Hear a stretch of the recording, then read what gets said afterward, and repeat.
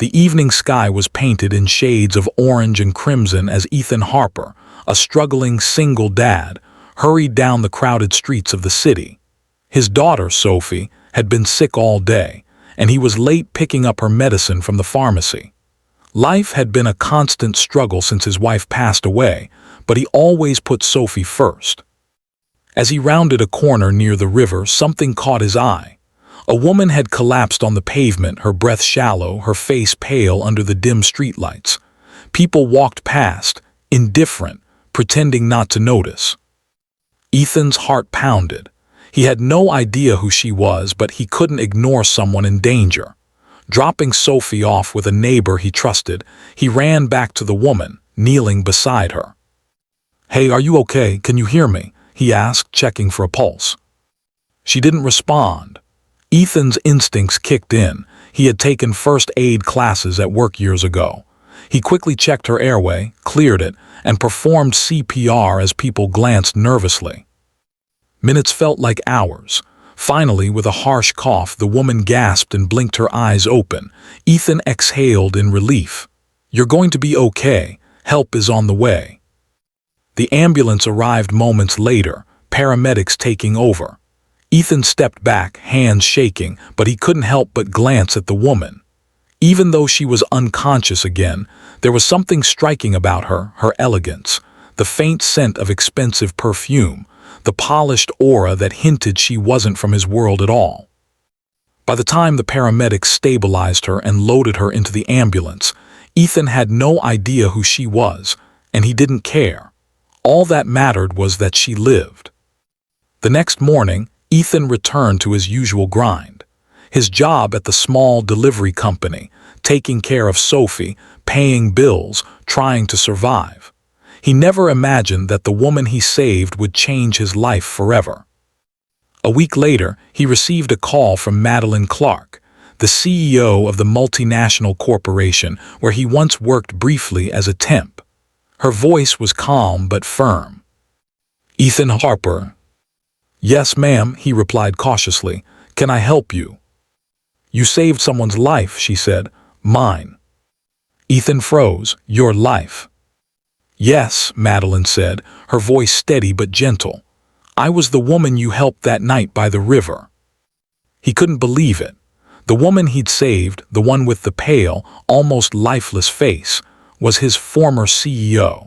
He had delivered parcels to her office many times but never imagined their paths would intersect like this. I didn't know who you were," Ethan stammered. I saw someone in danger." "That's exactly why I'm calling," she said. "I want to thank you properly, and I want to offer you a job full-time at my company. You're the kind of man who doesn't hesitate to risk your life for others. That's rare. That's the kind of person I want on my team." Ethan was stunned. A job with her company. That was the kind of opportunity that could change everything for Sophie and him. But there was more. Madeline hesitated. "I'd like to meet Sophie. You saved me. I'd like to thank the person you care about most as well." When Ethan brought Sophie to her office the next week, Madeline knelt to her level, handing the little girl a small bouquet of flowers. "You're a brave little girl," she said softly. "Your dad is a hero. You must be proud of him." Sophie's eyes widened. "You're the lady my dad saved." Madeline smiled. "That's right." The weeks turned into months. Ethan thrived in his new role at Madeline's company, but what truly surprised him was the bond forming between him and Madeline. She was no longer just the distant, polished CEO he had once delivered packages for. She was human, grateful, and kind beyond her title. They started meeting outside the office too, casual lunches, walks in the park, Sophie always in tow. Sophie adored her, and it was clear that Madeline adored Sophie as well. One evening, after a long day at the company, Madeline invited Ethan to her penthouse for dinner. The skyline glowed behind the windows as they ate quietly. "I never expected to meet someone like you," Madeline said, breaking the silence. "You remind me that courage and kindness still exist in this world. That's something money can't buy." Ethan looked down, rubbing the back of his neck. I was just doing what anyone would do. I didn't expect anything in return. Especially not," he paused, "not all of this." Madeline reached across the table, gently touching his hand. "Sometimes, life has a funny way of rewarding people who act selflessly. You saved me, but you also changed your own life." Months passed, and Ethan and Madeline grew closer. Sophie was overjoyed. She finally had someone she adored as a second mother figure, and Ethan finally had a partner he trusted completely. The pivotal moment came on Sophie's 7th birthday. Madeline handed Ethan a small box, tied with a red ribbon. Inside was a letter and a key.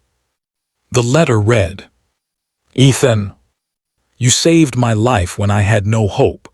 You showed me the kind of courage and heart I never knew existed. I want to spend the rest of my life making sure you and Sophie are happy. I want you to be my partner, not just in work, but in life." Tears filled Ethan's eyes. He looked at Madeline, who stood smiling, her eyes reflecting every emotion she felt. I don't even know what to say," he whispered. "You don't have to," she said. "Just say yes." And in that moment, the man who risked everything for a stranger realized he had gained more than he could have ever imagined. A life filled with love, family, and a woman who saw him not for what he lacked, but for the courage and heart he carried within. Sophie hugged them both tightly, squealing, "Best birthday ever." Outside, the city lights shimmered like stars, reflecting the promise of a future none of them could have imagined. And Ethan knew, without a doubt, that some acts of bravery are rewarded in ways the heart can never forget. If you want, I can expand this story even further into a full 20-minute narration, adding flashbacks of Ethan's struggles as a single dad, the tense moments at the river when he risked his life, Madeline's internal battle and near-death experience, the slow emotional bonding between Ethan, Sophie, and Madeline,